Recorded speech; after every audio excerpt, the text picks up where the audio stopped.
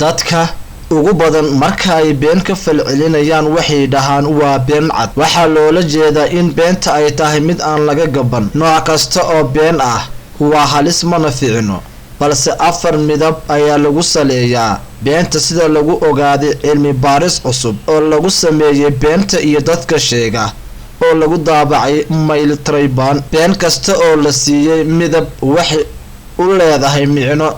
tusaale, been cad waa mid aan dhibaato lahayn ama la iska arko in aysan run ahayn, waxayna dadka qaar u sheegaan si ay uga fogaadaan in ay dhaawacaan dareenka qof kale. been cawlan waxaa arrintan lagu sheegay cilmi baaris ciwaan looga dhigay 4 midab ee beenta. beenta cawlan waxaa la sheegaa marka qofka uu qalad sameeyay doonayana in uu isbadbaadiyo. tusaale, qof gaari xawaare ku wada marka askarta ay qabtaan oo la weydiiyo sababta oo uu ku jawaabo wax duulayay ayaa isha iga galay, kadibna si lama filaan ah ayaan xawaaraha gaariga ugu daray. taas waa been cawlan oo askariga xitaa waa uu og yahay in aysan run ahayn, waa uuna kugu qoslayaa. been madow beenta noocan ah waxaa loo arkaa mid ugu xun in ay tahay waxaa lagu qeexaa been danaysi ah iyo xumaynta qofka kale. qaamuuska cilmi nafsiga wuxuu ku micneeyaa been ulakac ah oo lagu qaldayo xaqiiqda si qof loo khiyaano. ujeedada waxay tahay in qofka beentaas sheegaya uu helo wax faa'iido u ah oo qofka kalena uusan dareensanayn. waa been dhaawac xun u geysanaysa is-aaminaada labada qof. waa haddii la ogaado beenta noocan ah waa mid aad u soo badanaysa dhibaatana ku ah dunida.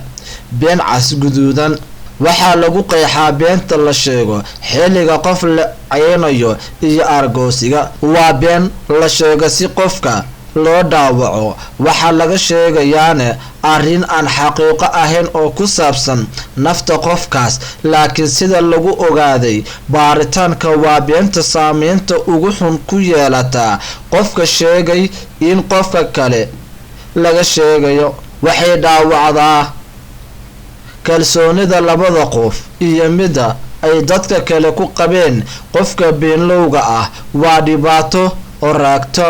been cad waxaa lagu qeexay been aan ulakac ahayn oo mararka qaar si isdifaac ah ku timaado. waxaa ka mid ah arrimo maalin kasta la isdhaho sida waad qurux badan tahay maanta, waad nuuraysaa, qof faraxsan ayaa tahay maanta. waa arrimo la iska dhaho si qofka looga farxiyo xitaa haddii ay kaaga muuqato qofka diif iyo dhibaato. ujeedada loo sheego waxaa ka mid ah in qofka laga marin habaabiyo arrin ama wax laga qarinayay oo uu arki rabay. dadka badankooda way sheegaan beenta oo kale. haddaba waa in mar kasta la sheego runta. beenta yaraan ma lahan, ciyaarna ma gasho. nabiga sallallahu calayhi wasallam wuxuu sheegay in beenta xaaraam tahay xitaa haddii ay ciyaar tahay. haddaba beenta ha laga fogaado.